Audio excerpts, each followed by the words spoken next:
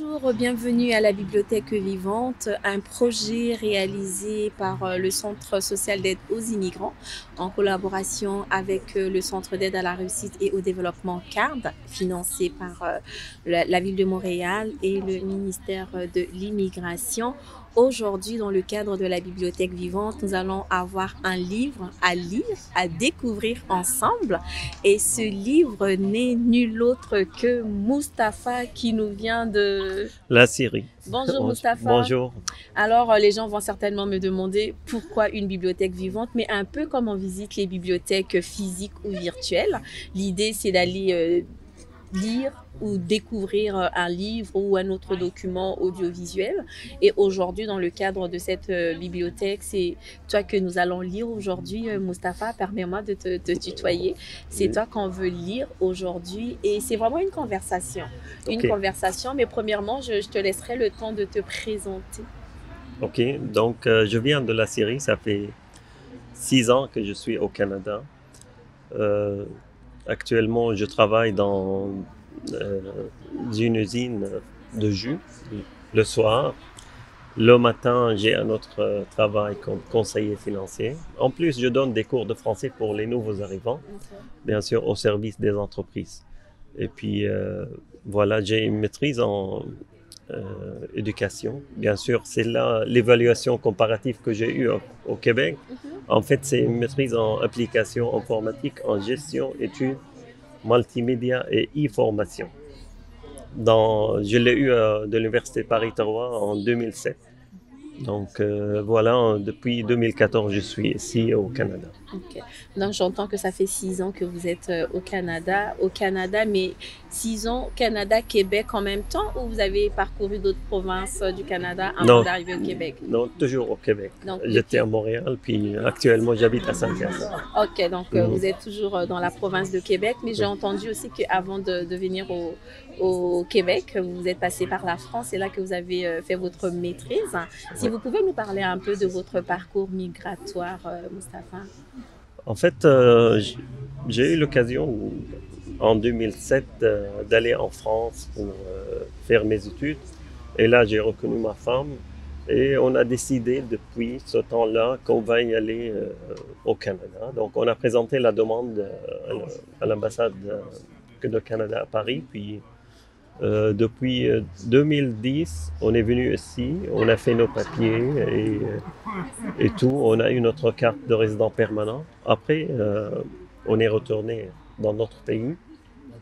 Et puis, je suis resté là-bas 4 ans. Il y a eu Ok. la guerre pendant ce temps. Donc, euh, en fait, la guerre a retardé que je vienne ici parce que moi, je voulais juste visiter la Syrie, venir ici directement. Ok. Mais comme il y a eu la guerre, Mhm. ça a retardé un peu.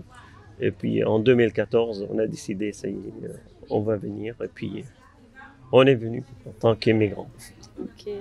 Ah, ben, c'est tellement un parcours très, En qui fait, semble très enrichissant. Je pense que, et à travers tout ça, il y a déjà l'Iran, il y a la France, il y a le Québec. Je vois qu'il y a vraiment beaucoup de cultures. Si jamais il y a quelque chose à dire de ce que vous avez retenu principalement de Québec, qu'est-ce qui vous a capté, qu'est-ce qui vous a retenu, pourquoi avoir choisi finalement le Québec pour venir élire domicile et s'installer avec votre famille.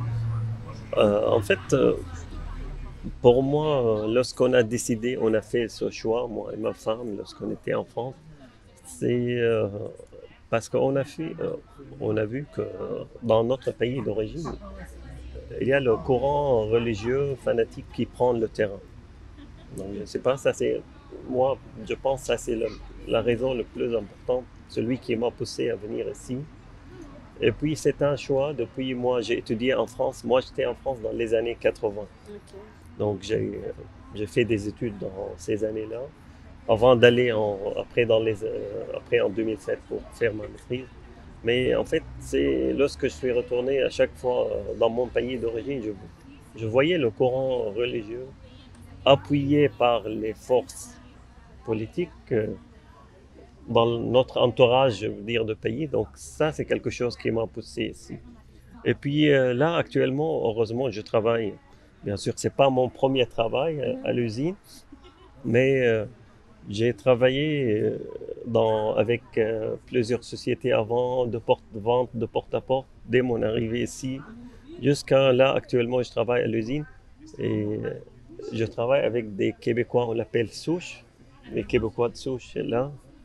Et je vois toujours là, les Québécois, en fait, ils mélangent toujours entre un immigrant et un réfugié. Et je Ok. pense que ça, c'est quelque chose d'important qu'on clarifie ce point pour les Québécois, parce que pour eux, c'est un immigrant, un réfugié, c'est la même chose. Alors, c'est différent le statut. Au début, toujours, il y a cette distanciation. Maintenant, c'est distanciation pour tout le monde. Exactement. Mais après, lorsqu'on s'approche des gens, lorsqu'on discute, lorsqu'on commence à casser cette barrière, ça devient vraiment intéressant. On voit que les gens, ils sont très bien accueillants. C'est vrai, ils ont peur de leur, on va dire, coutume, de leur vie ici, parce qu'ils voient beaucoup d'immigrants qui viennent, peut-être, ils ont aussi d'autres coutumes qui sont différentes des autres. Mais après, au moins dans le temps, lorsqu'il y a la discussion, toujours on casse cette ignorance. Parce que moi, vraiment, je leur dis à mes collègues au travail, qui sont tous des Québécois de souche, l'ignorance, c'est catastrophique. Mais si on revenait un peu à Mustapha, quels sont les défis que Mustapha a eu à affronter ou à confronter pour son intégration ici au Québec? C'est vrai que vous avez vécu en France, c'est un pays francophone aussi. On parle français, mais quand vous êtes arrivé au Québec, c'était quoi le défi ou les défis que vous avez eu à surmonter? Bah, le premier, c'est comme on dit avec tous les immigrants, c'est l'expérience québécoise pour trouver un premier travail.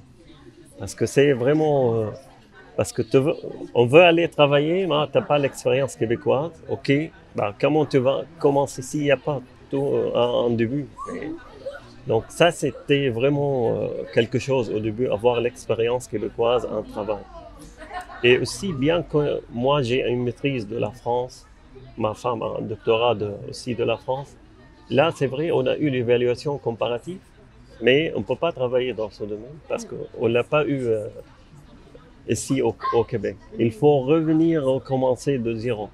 Moi, je trouve ça quelque chose, je ne sais pas si c'est un problème en tout cas de Québec en général, je ne sais pas dans les autres provinces, mais que quelqu'un qui a un diplôme, parce que lorsqu'on a présenté nos demandes d'immigration, ils nous ont choisi parce qu'on avait des diplômes, Ok. donc maîtrise, doctorat, tout ça. Après, on vient ici, hein, on ne reconnaît pas. C'est vrai, on reconnaît théoriquement, mais pratiquement non. Mhm. Il faut revenir refaire.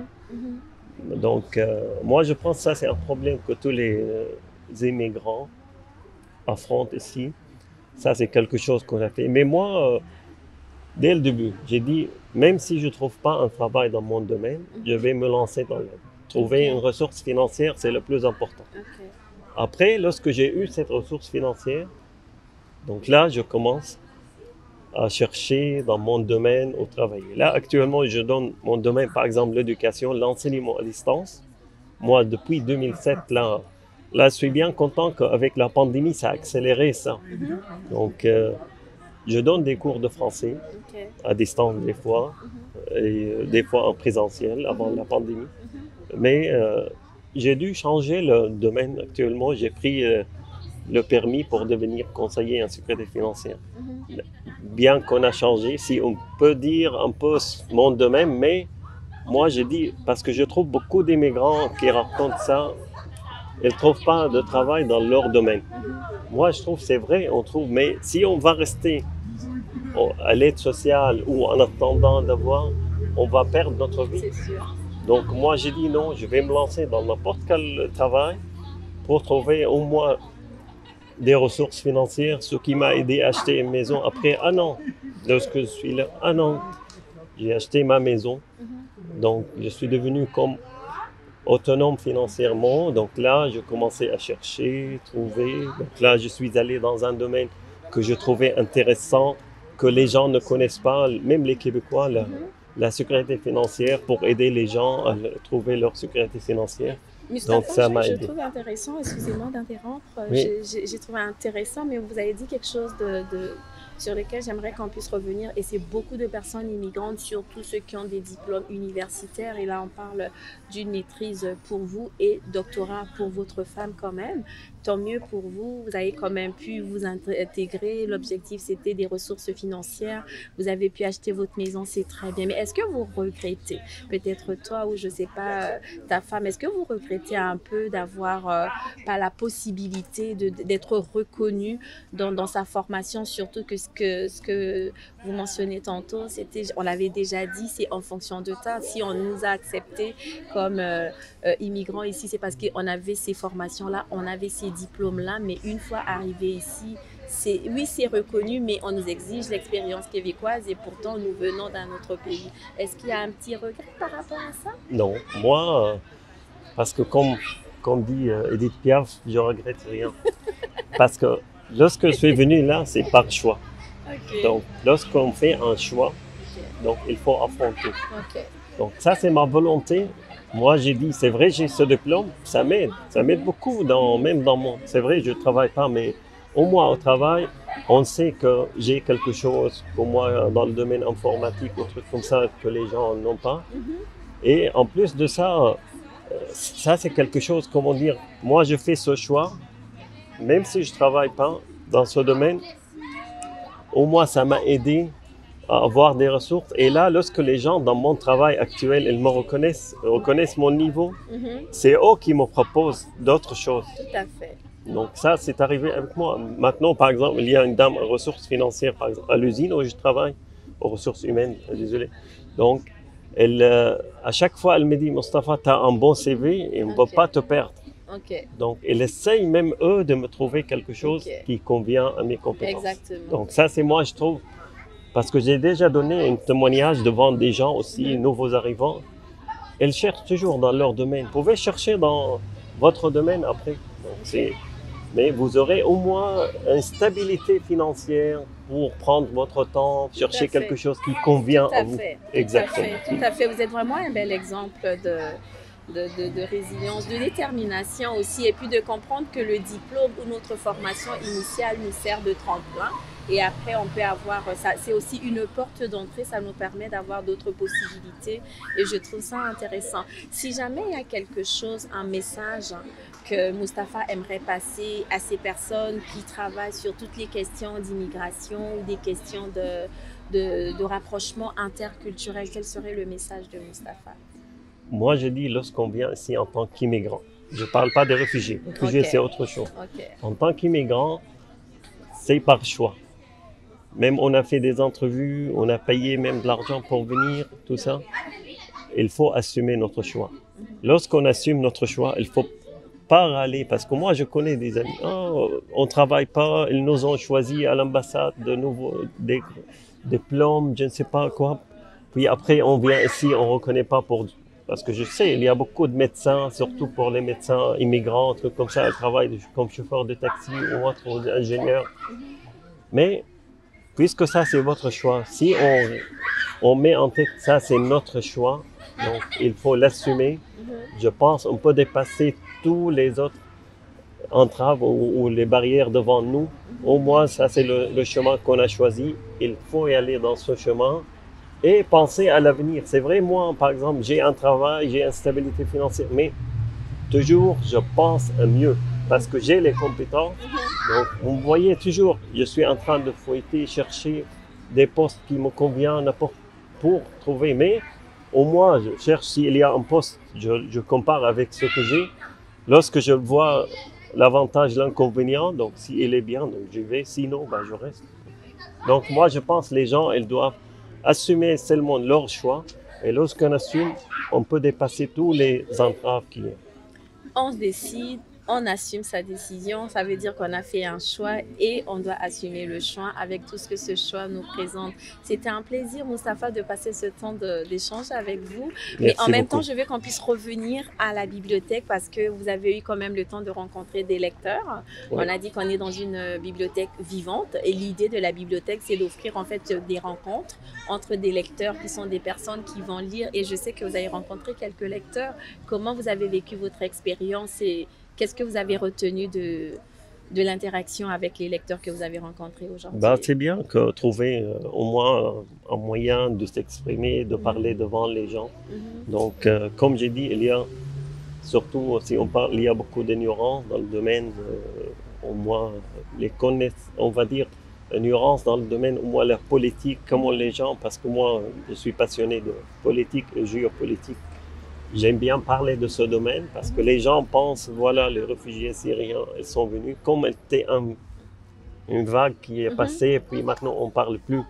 Donc, vous voyez, donc ça, puis j'ai essayé d'expliquer c'est quoi la différence entre immigrants et réfugiés. Les gens confondent beaucoup parce que moi je vois sur les commentaires avec mes amis, quelquefois sur Facebook. Mais pour le bénéfice des gens qui vont nous suivre, est-ce que vous pouvez nous refaire cette différence? Quelle est la différence exacte qui existe entre un immigrant et un réfugié? Bah, un immigrant, comme on a parlé, c'est comme moi, j'ai payé l'argent pour venir ici, j'ai le même droit, je paye des impôts, je cherche du travail comme eux, je vais trouver mon chemin, je vais étudier, peut-être je vais chercher un emploi. C'est pas un réfugié, il est sur la protection du gouvernement. Les gens pensent que voilà, le Canada, c'est elle qui paye l'argent, elle paye leur salaire. C'est vrai, le Canada, comme les autres pays dans le monde, il y a comme une organisation qui prend en charge tous les réfugiés dans le monde et on le met partout dans les différents pays. Et c'est elle qui prend en charge que ce soit leur salaire, mais sous la protection du gouvernement qui demande. Donc le Canada, c'est elle qui envoie. C'est pas le réfugié, c'est pas lui qui choisit le Canada. Bien sûr, il y en a quelques-uns demandeurs d'asile, ça c'est. Mais il y a beaucoup de réfugiés, c'est pas eux qui demandent.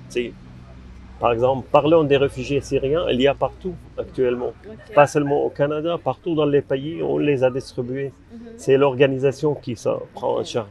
Donc là, celui-là, il est sous la protection. Et pendant quelques années, après, c'est lui qui va se débrouiller. Alors un immigrant, non, c'est lui. Il est comme un citoyen. Après, on devient un citoyen canadien, comme actuellement. Donc, on a le même droit, même devoir à faire. Comme on paye les impôts et tout ça. Mais les gens, lorsqu'ils mélangent ça, pour eux, c'est le gouvernement, elle fait venir les immigrants et c'est elle qui le prend en charge. Mais non, on travaille comme vous, et puis on s'intègre dans la société.